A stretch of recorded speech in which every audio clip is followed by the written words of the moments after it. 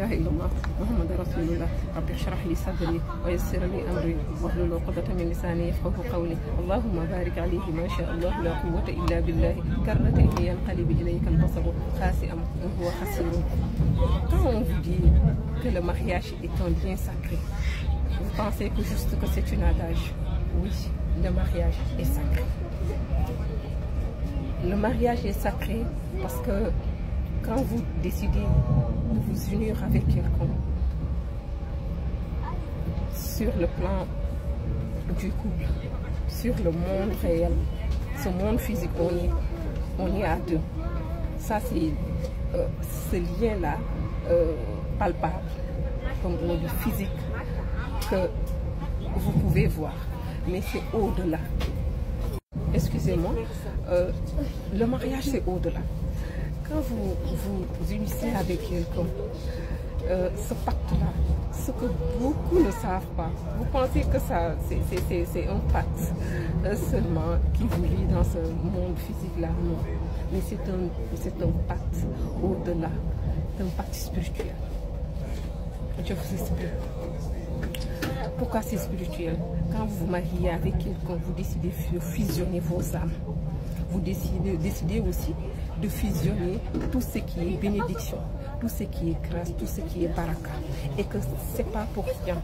Beaucoup d'entre vous, quand ils vont faire 10, 5 ans, 7 ans de mariage, ils vont voir que leur situation d'avant était 10 000 fois meilleure que dans cette situation où ils sont.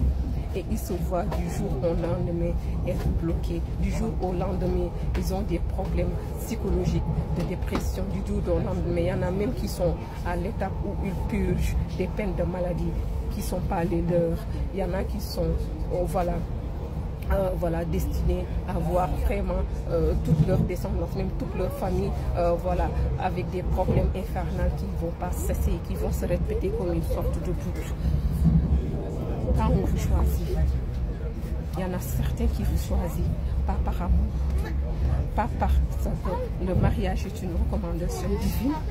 Leur choix ne porte pas aussi sur le fait même de vouloir fonder une famille, mais c'est au-delà, c'est spirituel. Il y en a qui vous choisissent parce que vous êtes du domaine spirituel, ce que vous pouvez les apporter, les chances que vous pouvez les donner, les bénédictions que vous voulez les transférer. Faites très attention à qui vous acceptez dans vos vies, à qui vous voulez fonder, avec qui vous voulez fonder une famille, avec qui vous voulez partager vos vies. Vous dites que le plus souvent que vous êtes croyant, ces choses-là ne vont pas vous arriver, ça va arriver aux autres. Détrompez-vous.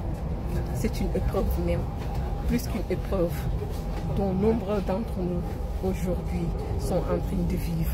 Parce qu'au début, ils ont été naïfs ou ils ont été éduqués dans des familles qui ne croient pas à ces croyances-là. Ou même, il y en a certains des membres de leur famille qui les ont vendus parce qu'ils savent qui ils sont.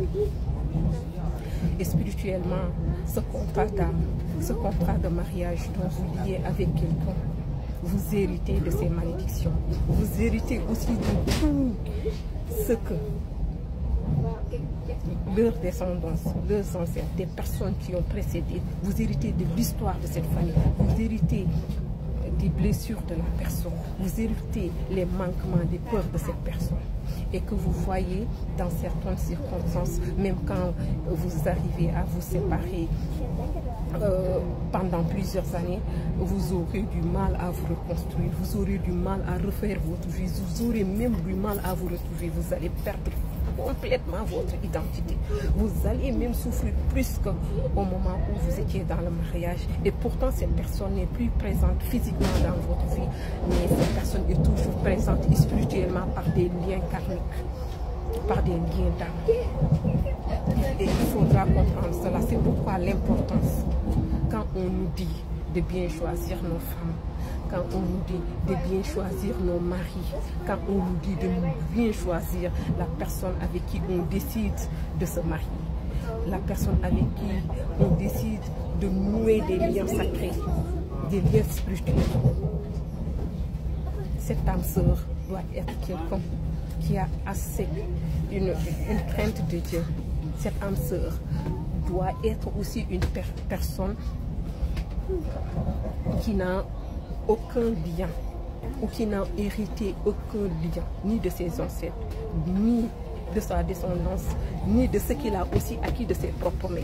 Parfois, vous voyez certaines personnes qui viennent dans des familles pieuses, des familles croyantes, qui n'ont rien à se reprocher, mais par malheur, ils ont décidé de vendre leurs âmes. Par malheur, ils ont échangé cette vie d'ici-bas avec l'au-delà, en liant des pactes avec le diable, par la sorcellerie, par la franc-maçonnerie, par la sorcellerie, par la médisance. Et tout ça, excusez-moi, on revient tout juste à notre sujet. Donc, quand vous décidez de vous unir avec quelqu'un, assurez-vous que ce quelqu'un n'a rien hérité. Et là, ça peut être peut-être un peu difficile de le détecter au début, c'est normal. Mais par des questionnements, par la façon dont cette personne a une croyance. Et je vais vous donner juste une astuce, mais faites des recherches sur ça aussi. C'est que il faudra essayer le minimum de comprendre la croyance de cette personne. Parce qu'il y a des croyances qui ont été héritées et que cette personne véhicule toujours en vous parlant. Et quand il vous parle de sa famille, voilà, ce sont ces mêmes croyances-là dont il a hérité, qui répètent. Ce sont les mêmes chaînes, ce sont les mêmes traditions qui répètent. Donc il fait. Et donc si cette personne a hérité de ces croyances qui le déchaînent, ce sont des croyances limitantes. Sachez faire aussi la part des choses. Est-ce que cette personne a hérité ou cette personne-là incarne des croyances qui sont aidantes ou des croyances qui sont limitantes. Les croyances qui sont aidantes, ce sont des croyances qui ne vous enchaînent pas. Ce sont des croyances qui vont vous propulser vers vos projets. Ce sont des croyances qui vont vous aider à avoir une stabilité émotionnelle, psychologique, relationnelle, financière dans tous les plans de vie. Ce sont des croyances aussi qui vont pas vous permettre, du moins d'être en parfaite harmonie avec vous-même, avec les autres. Ce sont des croyances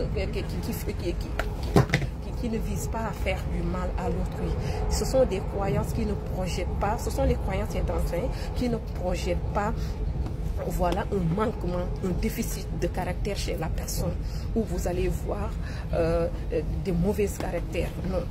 Donc c'est d'où l'importance. L'islam même nous avertit dans ce sens. Quand vous choisissez quelqu'un pour s'unir avec lui ou avec elle, d'abord la religion, mais ce qui vient en deuxième position, c'est le bon comportement. Et que le bon comportement, c'est ce qui indique la valeur de la personne, les croyances de la personne, ce que la personne aussi a hérité de sa famille. Donc les valeurs de la personne. Et en premier lieu aussi, détecter quelles sont les valeurs de la personne. Et on vous donne juste comment détecter les valeurs d'une personne. Posez d'abord les bonnes questions aussi au bon moment.